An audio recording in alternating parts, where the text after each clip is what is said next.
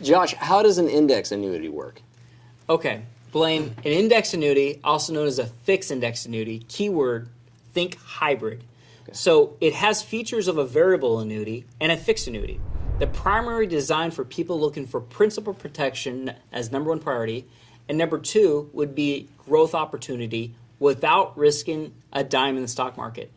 And what the insurance companies do is they put the money into investment grade bonds, T-bills, very secure places, just like a fixed annuity. That's why technically the term is called the fixed index annuity. Technically it's considered to be a fixed annuity. It has a legal reserve system of a fixed annuity or an immediate annuity, where variable annuity does not have a legal reserve system. So sometimes people mix up fixed index annuities with variable annuities, and it's important to understand the difference between them because a fixed index annuity, by law, has to keep dollar for dollar in reserves. They have surplus capital, which means the insurance company puts their own money to back it. And they're typically backed by other reinsurers. They're very protected, meaning they have a legal reserve system. But here's the difference with the index annuity. The company's investments generate interest, and we know interest rates are 2, 3, 4%. So whatever interest that these bonds can generate, instead of paying you 2 or 3 or 4% interest as a fixed rate, they take that interest from the bonds, just the interest, not the principal, and they invest the interest into an index in the market. Why is this important? Well, we know that the markets are going to go up and they're going to go down. If we look all the way back, the year 2000, the S&P 500 has had major crashes, 10, 20, even 50% or more. And after inflation, taxes, fees, people haven't made much money. We believe there's going to be a lot more volatility in the future. The reason why this is important, Blaine, is because if you're retired and you depend on this money and you're banking to grow at a certain rate of return, there's just a lot of risk and a lot of uncertainty in the markets. So where the index annuity comes in, by only investing the interest into a market index, they buy options on a major index like the S&P 500 or the NASDAQ, or maybe a commodities or gold index. But your principal's never at risk of losing. So here's the effect you get. If the index goes up, generally speaking, they ratchet in your gains every 1 year or 2 years or so. If the index goes up, you participate in the gains. If the index goes down, you can't lose. Your gains are locked in. If the index crashes the following year, you don't make anything, but you don't lose anything that year. The opposite of risk is safety. The opposite of liquidity is time.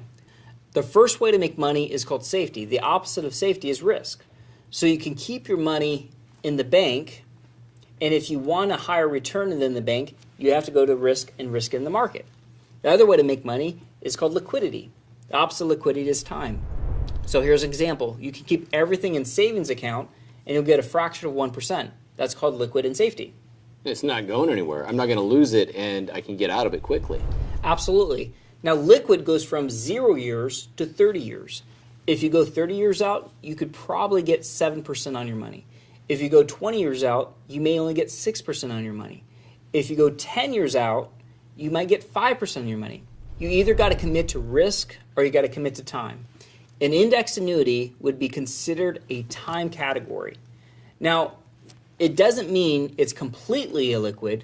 Most of these guaranteed income contracts, you can pull 10% out per year without a penalty, which means over 5 years you could pull 50% out without a penalty. And if you completely liquidate it before the maturity date, whether it's 5 years, 10 years, or 15 years, just like a short-term CD or a long-term CD, there may be a penalty. Now, who would not like to have market upside without the downside?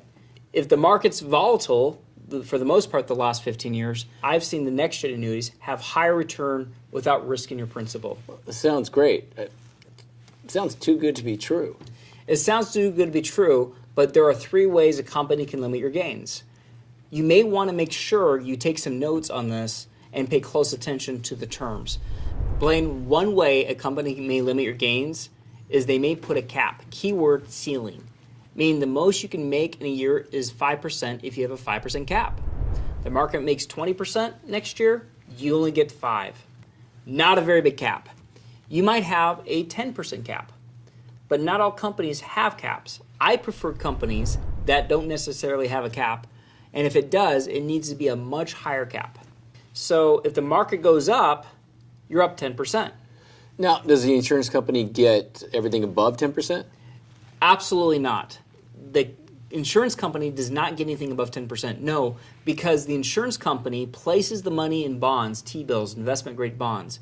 They make their money on the spread of the bonds, meaning that they might get 5% on that bond. They keep 1 for themselves. The other 4%, they use the interest and place it into an index to get upside without the downside. They only take the interest and they reinvest the interest into the market. And number 2, some companies say you get 100% of the gains and it's uncapped, but there's a margin. What a margin means is that, let's say the market makes 10% next year and the margin's 2, so you would get 8%. But if the market makes 20% next year, the margin's 2, you'd get 18%.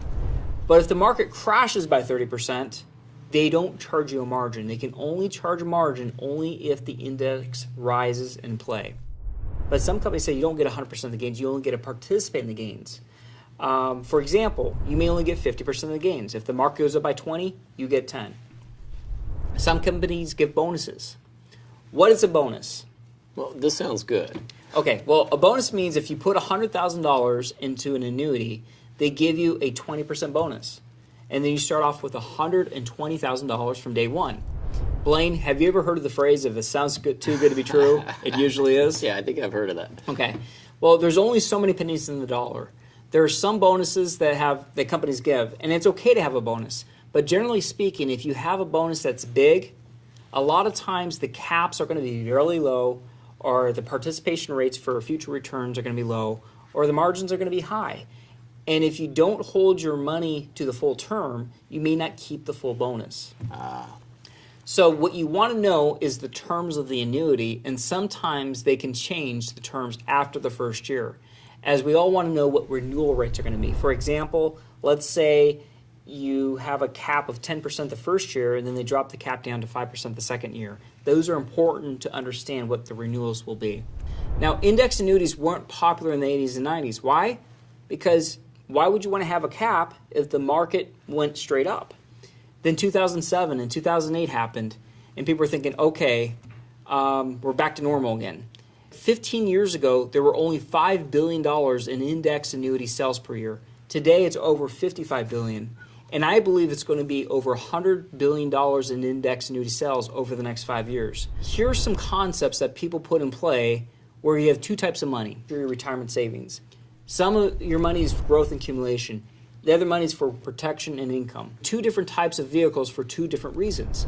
And the problem that we're coming up against is people are choosing maybe income for their retirement, like stocks, bonds, and CDs, to cover their basic living expenses, versus guaranteed income, permanent income for life. So people who are concerned that they might be in this situation, how can they find out more about these types of annuities? Okay, this is a very important concept that you want to ask about. If you look at an index annuity, you want to look at the terms. You want to look at the bonus, you want to look at the caps, participation rates, the margins, and there's some good ones and there's some not so good ones. Some of these companies, they have up to 40 different types of index annuities. So it's not necessarily if it's a good company or a bad company, it's the terms of the contract. The other thing you'll want to understand is how to structure your retirement savings. It doesn't mean you have to put all your money in bonds or annuities or treasuries.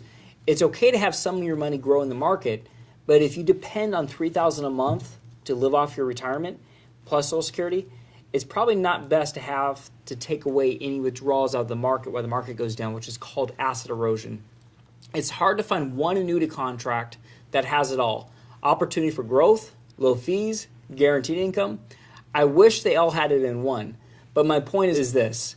If it's done right, there are some significant advantages with index annuities as part of an overall approach. And that's what NextGen does.